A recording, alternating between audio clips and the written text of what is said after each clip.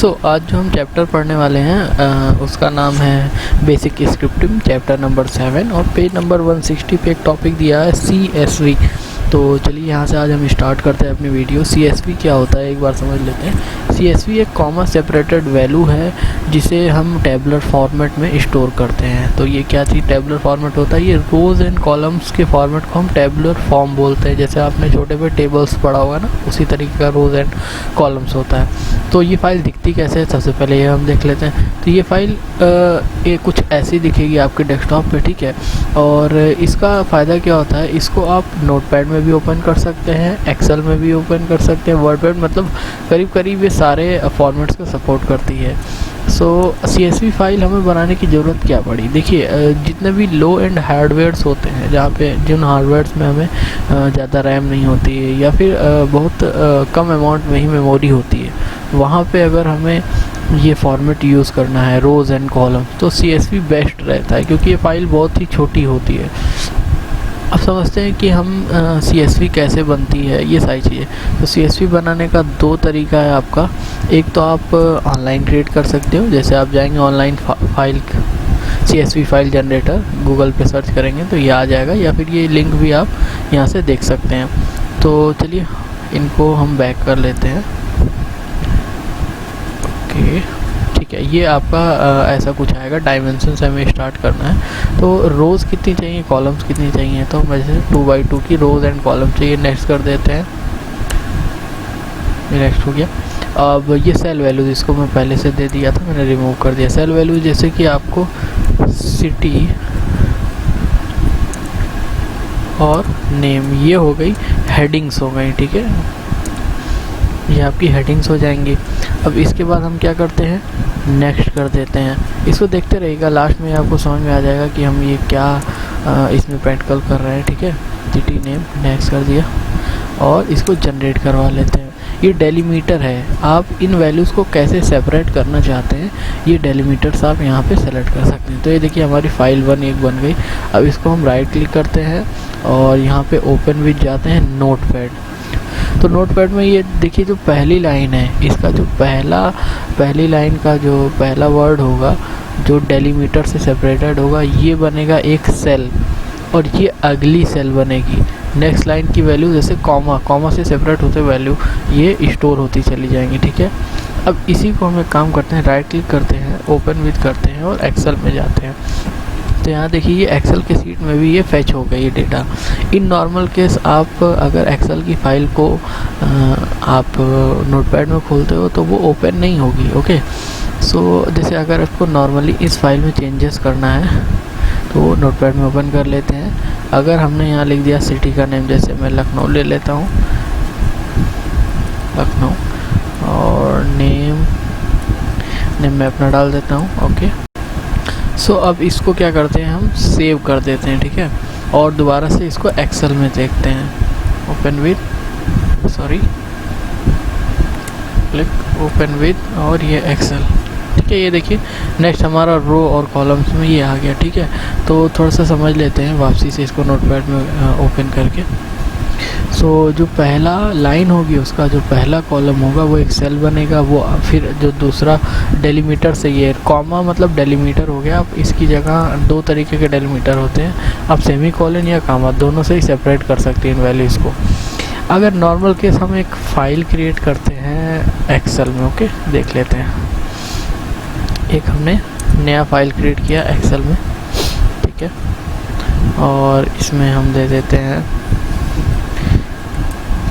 Class subject, class दे देते हैं 8 subject maths, और इसको सेव कर देते हैं।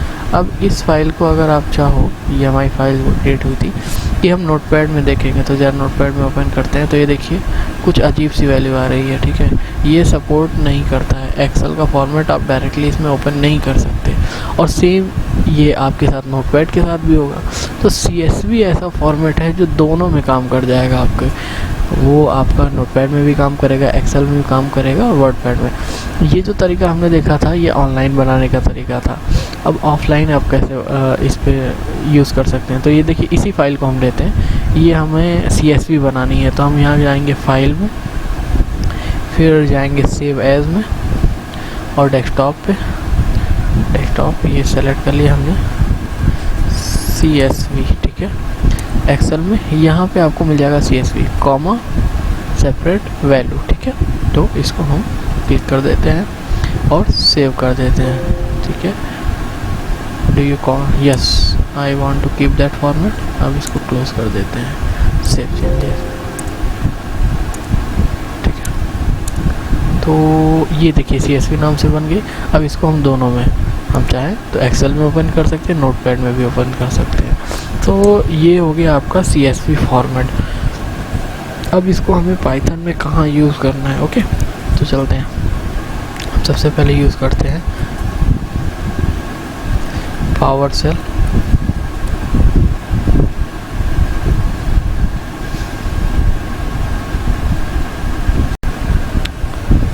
चलिए सबसे पहले हम जो CSV फॉर्मेट है उसको इंपोर्ट करवाना सीखते हैं। मतलब हमारे पास ऑलरेडी एक फाइल CSV की जनरेट हुई है, उसका डाटा यहाँ पे कैसे फैच करेंगे।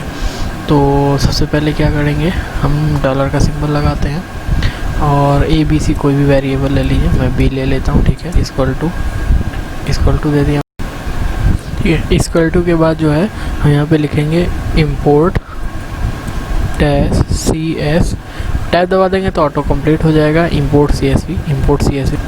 अब यहाँ पे इसका पाथ देना होगा, ठीक है। तो C:\/ और यूज़र्स और कम्ब्रूस और डेस्कटॉप। इस पे अभी हमने CSV नाम की फाइल बनाई थी ना, csv.csv, ओके। सो इसको इंटर कर देते हैं, तो इंपोर्ट हो गया। अब देखने के लिए क्या करना है हमें, कैपिटल B इंटर कर देते हैं। तो ये देखिए जो फाइल थी वो हमने इंपोर्ट कर ली और इस वेरिएबल ने लाके स्टोर कर दी। दूसरा इस पे क्या ऑपरेशन कर सकते हैं, एक्सपोर्ट कर सकते हैं। तो अगर इस विंडो पे आपको कुछ नज़र आ रहा है, आपने कोई कमांड चलाई है, उस डेटा को आप एक्सपोर्ट करना चाहते हैं, फाइल में CSV बनाना चाहते हैं, तो कैसे करेंगे। तो जैसे कमांड है get dash process, शायद इससे पहले भी आप देख चुके होंगे। ये अगर टास्क मैनेजर ओपन करते हैं तो ये इसमें ग्राफिकल फॉर्म में आता है और यहाँ ये आपके टेक्स्ट फॉर्म में आ रहा है। ये गेट ब्रेथ प्रोसेस, अगर ये जो जितनी चीज़ आपको दिख रही है इसको CSV फॉर्मेट में आपको स्टोर करना है, ठीक है। तो बाकी लेटर ऑन इसमें और भी वर्क करने के लिए तो आप यहाँ पे एक्सपोर्ट ऑप्शन का यूज़ करेंगे। तो एक्सपोर्ट आपको कैसे करना है, लिखना है गेट डैश प्रोसेस, यहाँ पे लिखेंगे हम प्रोसेस, स्पेस देंगे। स्पेस के बाद हम लगाएंगे यहाँ पे ये पाइप का सिंबल लगाएंगे और इसके पाइप के सिंबल के बाद आप लिखेंगे एक्सपोर्ट ऑटो कंप्लीट के साथ लिखिए एक्सपोर्ट CSV स्पेस। अब इसके बाद आपको किस नाम से इसको एक्सपोर्ट करवाना है, ठीक है। तो हम यहाँ पे पाथ भी दे सकते हैं,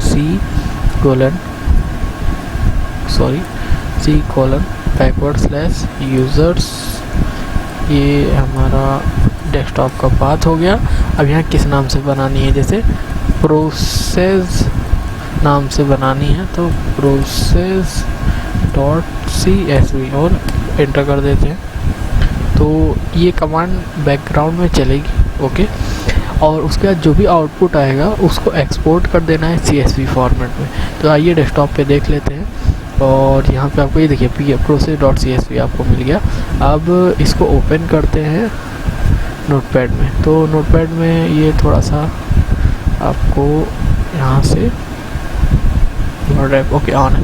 तो जो शुरू ऊपर की हेडिंग्स हैं वो पहले आएंगी, फिर 1 बाय 1 करके सारी इसमें क्लासेस आ रही हैं, ठीक है।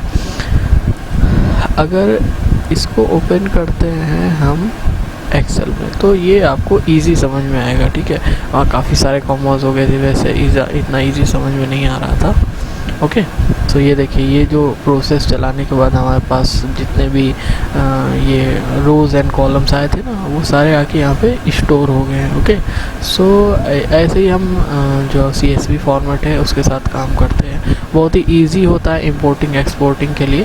अच्छा, जैसे आप एक्सेल यहाँ पे इंपोर्ट करवा सकते हैं बट वो हैवी होगी। जब आप बहुत लंबा प्रोग्राम करेंगे तो आप हैवी कंपोनेंट्स को यूज़ करना अवॉइड करते हैं, तो इसी के लिए हम यहाँ पे CSV का यूज़ करते हैं। तो चलिए फिर अब हम नेक्स्ट टॉपिक की ओर चलते हैं। जो हमारा नेक्स्ट जो हमारा टॉपिक है वो हमें पढ़ना है XML। तो XML क्या होता है? Extensible markup language. ये HTML जैसा ही होता है और ये हम डेटा को स्टोर और ट्रांसपोर्ट करने के लिए यूज़ करते हैं। इसमें डेटा जो है थोड़ा सा स्ट्रक्चर्ड फॉर्म में हो जाता है। तो अगर XML को हम देखें तो कुछ ऐसा XML दिखता है। ओके, जैसे आपने HTML में यूज़ किया होगा हेड, बॉडी, ठीक है। तो ये स्क्रिप्ट फॉर्म में आपका डेटा कन्वर्ट हो जाएगा। अच्छा, इस फॉर्म में हम दोनों ही जो आपका ह्यूमन रीडेबल फॉर्मेट भी है ये, और मशीन, दोनों ही इसको समझ सकते हैं। तो चलिए हम इसको बना के देखते हैं हम कैसे पावर सेल में इसको यूज़ कर सकते हैं। तो एक बार क्लियर कर लेते हैं। चलिए फिर से हम देखते हैं। तो यहाँ पे सबसे पहले आता है कि हमें यहाँ पे एक XML फाइल बनानी है। तो कमांड है हमारी get dash, जैसे get dash एक सर्विस चला लेते हैं। इससे पहले हमने प्रोसेस चलाई थी। ये कुछ सर्विसेज है जो हमारी रनिंग हो रही हैं। ओके, तो इसको हम एक्सपोर्ट कराते हैं। get dash आपका सर्विसेज हो गया, पाइप का सिंबल हो गया, एक्सपोर्ट दे देंगे और यहाँ पे चलता है CLI XML, ठीक है। ओके, लास्ट में हम यहाँ पे पाथ दे देंगे। पाथ हो जाएगी यूज़र्स, डेस्कटॉप, और ये यहाँ पे लास्ट में हम नाम दे देंगे जो भी हमें देना है। जैसे यहाँ पे service.xml, ओके, इंटर कर दिया। ये हमारा जो डेटा है वो आपका स्टोर हो गया service.xml। डेस्कटॉप पे आके चेक कर लेते हैं। ये फाइल आपकी बन गई है। डबल क्लिक करते हैं तो ये हमारे पास XML हैंडल ऑफिस में होता है, हम इसके थ्रू भी खोल सकते हैं। ओके, तो ये जो हमने डेटा फेच किया था वो कुछ ऐसा दिखता है। जो हमने डेटा फेच किया है वो कुछ ऐसा दिखता है जब एक बार XML में स्टोर हो जाता है। ओके, चलिए हम इसको नोटपैड में ओपन करके देखते हैं। अगर आप नोटपैड में ओपन करोगे तो वही आपके स्क्रिप्टेड फॉर्म में ये डेटा दिखेगा। जिन्हें पहले भी स्क्रिप्ट पढ़ी है वो इजी इसको समझ सकता है। ओके, कौन कौन सी सर्विसेज चल रही हैं। जैसे अगर हम इस सर्विसेज उठाते हैं प्रोफ और थोड़ा सा हम इसको अप कर लेते हैं। एप्लीकेशन इन्फो एक सर्विसेज है। इसमें क्या क्या चीज़ है, इसको पॉज कंटिन्यू कर सकते हैं, शट डाउन कर सकते हैं। फॉल्स है, स्टॉप, मतलब यह स्टॉप कंडीशन में है। ट्रू, इसको यहाँ पे स्टॉप कंडीशन में होगी, वापसी से आ जाते हैं। अगर आप इसमें वो चीज़ ढूंढोगे तो यहाँ पे स्टॉप आ रहा है, रनिंग आ रहा है। तो यही आपका स्ट्रक्चर फॉर्म में वहाँ जाके स्टोर हो गया है। ओके, अब यहाँ पे अगर हमें कोई फाइल को इंपोर्ट करवाना है यहाँ पे आपके पावर सेल में, तो आपने इससे पहले भी कमांड यूज़ की है डॉलर, और उसके बाद नाम दे देते हैं जैसे कि D एक हो गया value, sorry $D equal to import क्या करवाना है, CLI XML, और इसका पाथ दे देंगे / users डेस्कटॉप और service.xml, ठीक है। ये हो गई। अब इसको हम व्यू करते हैं, डॉलर और D, कैपिटल D इंटर कर देते हैं। तो वो हमारा जो स्टोर हुआ था वो फिर उसी फॉर्म में हो गया। तो ये जो दोनों आपने टाइप पढ़े, CSV या फिर आपका XML हो गया, अभी आगे आप JSON भी पढ़ोगे, ये सिर्फ और सिर्फ आपके डेटा को स्टोर करने का फॉर्मेट है। ओके, डेटा में कोई चेंजेस नहीं होगा, डेटा जैसा है वैसा ही रहेगा, सिर्फ स्टोर करने का ये फॉर्मेट है। ओके, तो चलिए अब नेक्स्ट हम पढ़ते हैं JSON क्या होता है। तो यहाँ देख लेते हैं JSON क्या होता है। JSON स्टैंड करता है जावास्क्रिप्ट ऑब्जेक्ट नोटेशन। जिसने जावा प्रोग्रामिंग ऑलरेडी पढ़ी हुई है वो जानता होगा जावा एक ऑब्जेक्ट ओरिएंटेड प्रोग्रामिंग लैंग्वेज है, और यहाँ पे हम कई जगह ऑब्जेक्ट्स का भी यूज़ करते हैं। ऑब्जेक्ट सिंपल वे में अगर आप समझना चाहो तो समझ सकते हो। अगर एक हम कार के ऊपर प्रोग्राम बना रहे हैं, कार की टाइप है, कार की वेट है, तो ये टाइप और वेट को हम object as a object treat करेंगे, और इसी में कार की जो वेट है, टाइप है, इस वैल्यूज़ को हम स्टोर करेंगे। ओके, सिंपल सा ही होता है। तो JSON स्टैंड करता है जावास्क्रिप्ट ऑब्जेक्ट नोटेशन के लिए। ये भी डेटा को एक्सचेंज और स्टोर करने के लिए यूज़ होता है। बेसिकली जब हम डेटा सर्वर और ब्राउज़र के बीच में एक्सचेंज करते हैं तो इसका हम यूज़ करते हैं, क्योंकि जब भी डेटा एक्सचेंज होता है सर्वर और ब्राउज़र के बीच में तो टेक्स्ट फॉर्म में होता है, और जब हम डेटा सेंड करते हैं ब्राउज़र से सर्वर पे तो क्योंकि वो जावास्क्रिप्ट ऑब्जेक्ट में होता है तो सबसे पहले हमें जेसन में कन्वर्ट करना होता है, उसके बाद हम उसे सर्वर में भेजते हैं। तो ये सिंपल सा जेसन का आपका डेफिनीशन है। ओके, सो चलिए अभी हम वापसी आते हैं पावर सेल पे, और यहाँ हम देखते हैं क्या क्या कमांड्स हम यहाँ पे परफॉर्म कर सकते हैं। तो जेसन में हम क्या कमांड परफॉर्म कर सकते हैं, क्योंकि ये डेटा एक्सचेंज करने और स्टोर करने के काम में आता है, तो सेम वही जो चीज़ें हम इससे पहले किए हैं, हम इंपोर्टिंग करेंगे, एक्सपोर्टिंग करेंगे, और ये दोनों सारी चीज़ें यहाँ पे हम कर सकते हैं। ओके, और हम यहाँ पे कुछ वेब पेजेस को भी, क्योंकि वेब ब्राउज़र के थ्रू ये यूज़ होता है जैसे आपने पहले पढ़ा है, तो कुछ वेब पेजेस को भी इसमें इंपोर्ट करना भी यहाँ पे सीखेंगे। तो सबसे पहले हम देख लेते हैं कि कैसे हम यहाँ पे जेसन फाइल को क्रिएट करते हैं। तो क्योंकि प्रोग्रामिंग लैंग्वेज है तो इजी करने के लिए हम जेसन ऑनलाइन एडिटर, इस पे आप जो वेबसाइट दिख रही है इसको ओपन कर लीजिएगा। यहाँ से हम इजीली हम यहाँ पे जो आपका जेसन फाइल है उसको क्रिएट कर सकते हैं। तो फिलहाल हम जैसे ये कोड लिखा हुआ है इसको जेसन में हमें डाउनलोड करना है, तो हम यहाँ पे सेव पे आते हैं, सेव टू डिस्क पे आते हैं, और यहाँ पे हम कर देते हैं जेसन नाम से ही इसको स्टोर कर देते हैं, और सेव कर दिया तो जेसन नाम से हमारी स्टोर हो गई। सो इन फोल्डर गए और इसको कॉपी करके हम डेस्कटॉप पे ले आए ताकि इजी हम इसको, ठीक है। अब इसका डेटा कैसा दिखता था ये हम देख लेते हैं। ऐसा कुछ ये डेटा हमारा यहाँ पे दिखता है, ठीक है। ये आपके जेसन फॉर्मेट में है, ये आपके ऑब्जेक्ट फॉर्मेट में है। ओके,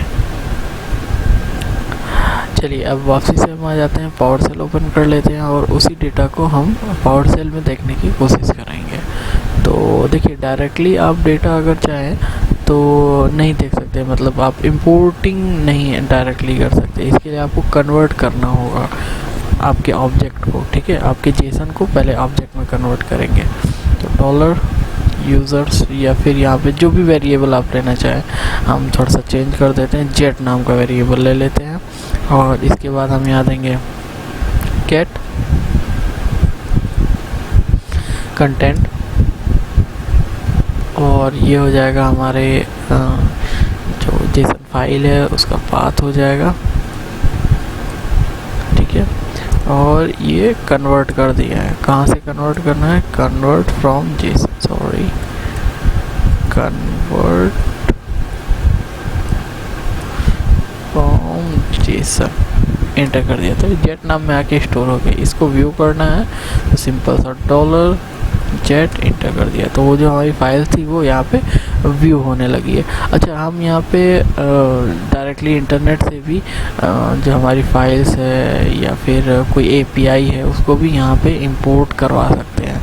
अच्छा, इंटरनेट पे ऐसी कोई हमें नोन वेबसाइट तो नहीं पता, तो जो भी डेटा आएगा वो बहुत ज़्यादा स्ट्रक्चर्ड फॉर्म में नहीं आएगा। हम नॉर्मल से इसी वेबसाइट को ले लेते हैं, ये जो हमारा वेबसाइट है ना इसी को ले लेते हैं।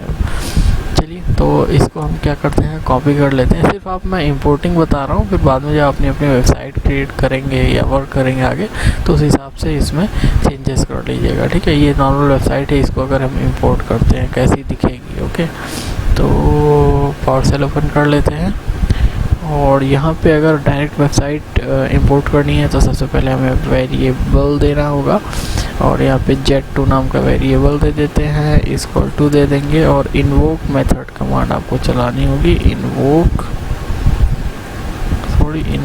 रेस्ट मेथड स्पेस, और यहाँ पे जो हमारा URL है वो देने के बाद डबल इन्वर्टेड कॉमा में रहेगा, एंटर कर देते हैं। तो ये jet2 में आके जो उसका अभी कंटेंट है वो आके सेव हो गया है, और यहाँ पे jet2 एंटर करेंगे तो ये आपका जो कंटेंट सेव हुआ था वो यहाँ आके व्यू हो रहा है। ओके, सो ऐसे कंटेंट को हम इंटरनेट से सेव कर सकते हैं, या फिर जो सेव्ड कंटेंट है उसको हम यहाँ पे व्यू कर सकते हैं। तो बेसिकली जेसन में बहुत ज़्यादा ये वर्क नहीं है, ये 2 वर्क होते हैं, और बाकी जब आप रियल सीनरी में वर्क करेंगे और APIs पे वर्क करेंगे। बेसिकली अगर आप प्योरली प्रोग्रामिंग लैंग्वेज में जाना चाहते हैं तब ये ज़्यादा आपको वर्क में आएगी। ओके, तो इसके साथ आपका जो चैप्टर है वो ख़त्म हो गया है। नेक्स्ट चैप्टर आपका एडवांस स्क्रिप्टिंग होगा और हम जैसे सेम वीडियो बना के और इसको अपलोड कर देंगे। Okay, thank you.